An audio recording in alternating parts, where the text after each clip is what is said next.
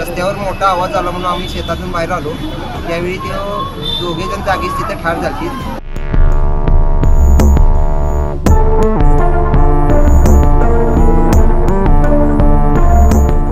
To व्हीलरवर चौघे जण होते। ती दोघातून गावाकडे निघाली। त्यावेळी मोठा आवाज झाल्यावर आम्ही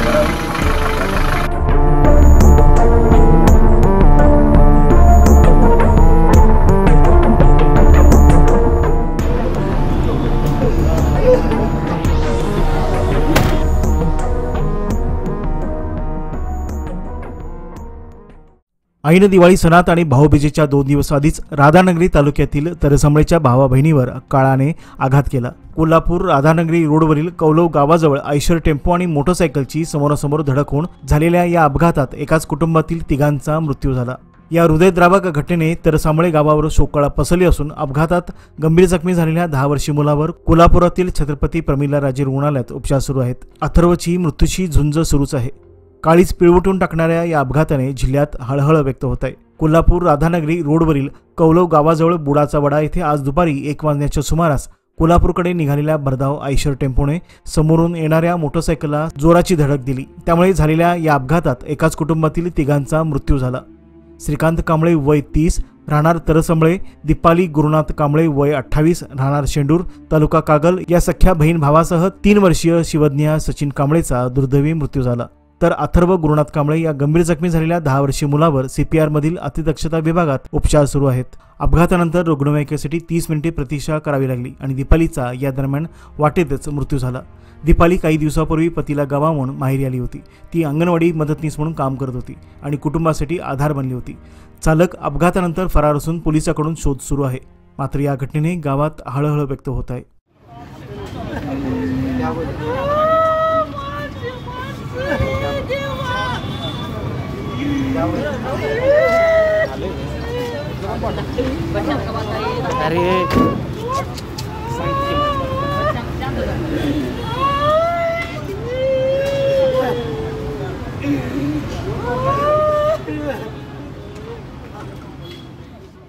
राधान तालुक्यातील कौलव या गावामध्ये भावाचे पूल येथे डंपर मोठा आणि मोटरसायकल भोगातीवरून मोटरसायकल तरसंबळे इकडे गावाकडून जात होती आणि राधानगरी कोल्हापूर टेम्पो जात होता। रस्त्यावर मोठा आवाज आला म्हणून आम्ही शेतातून बाहेर आलो।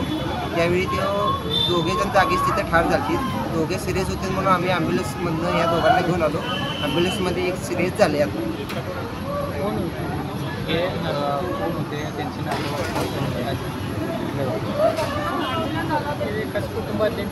एकाच कुटुंबातील आहेत। बहीण, आई आणि मुलगा एक आहे आणि त्यांची हे आहे पुतणी एक आहे। टू व्हीलर गाडीवर नेमकं कोण होते, किती जण होते आणि समोरनं गाडी कोणती आली होती, ॲक्सिडेंट कसा झाला?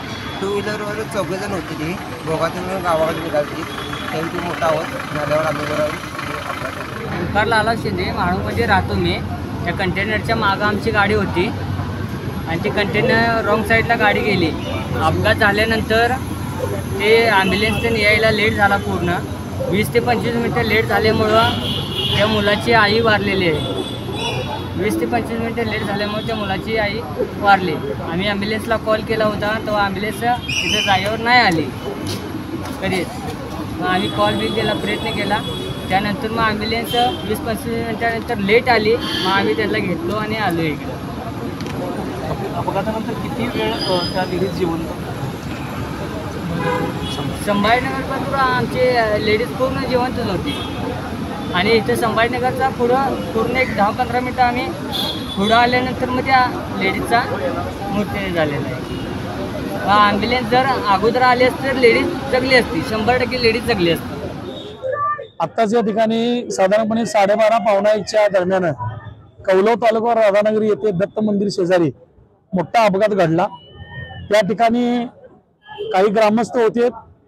जो आता मयत झाला तो श्रीकांत कांबळे आणि त्याची बहीण दीपाली, त्याचा भाचा या ठिकाणी तो एक आणि त्याची दुसरी पुतणी सचिन कांबळे त्यांचे भाऊ आणि यांचा या ठिकाणी बघितलं तर 4 जणांचा अपघात झाला, पण 3 जण मयत झाली आणि चौथा जो मुलगा आहे त्याला या ठिकाणी ट्रीटमेंट आता चालू आहे।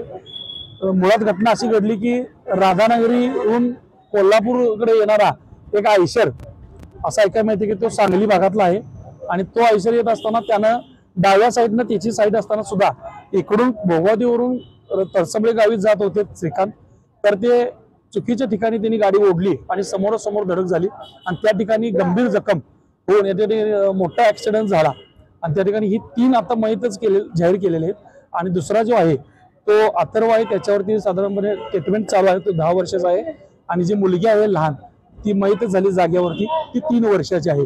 आणि सांगण्यात येतं की हे संग्राम मुंडे यांच्या काही टीमनं मला फोन केला की अर्जंटमध्ये या ठिकाणी ॲम्ब्युलन्स येत नाही, तात्काळ ॲम्ब्युलन्स आली पाहिजे, तुम्ही कळवावं. तर मी पहिल्यांदा पोलीस स्टेशनला कळवलं, PI गोरेसाहेब यांना, तात्काळ त्या ठिकाणी तुम्ही जावा, परिस्थिती बघा.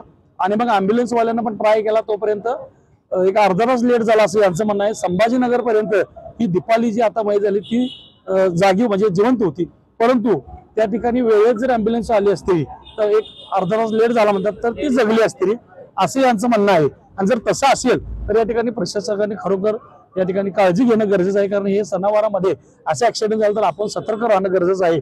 आणि एक भागातील मी एक सामाजिक कार्यकर्ता म्हणून की अशा पद्धतीची गोष्ट पुन्हा होता कामा नये याची या ठिकाणी ॲम्ब्युलन्स कोण जे काही डिपार्टमेंट आहे त्यांनी या ठिकाणी काळजी घ्यावी.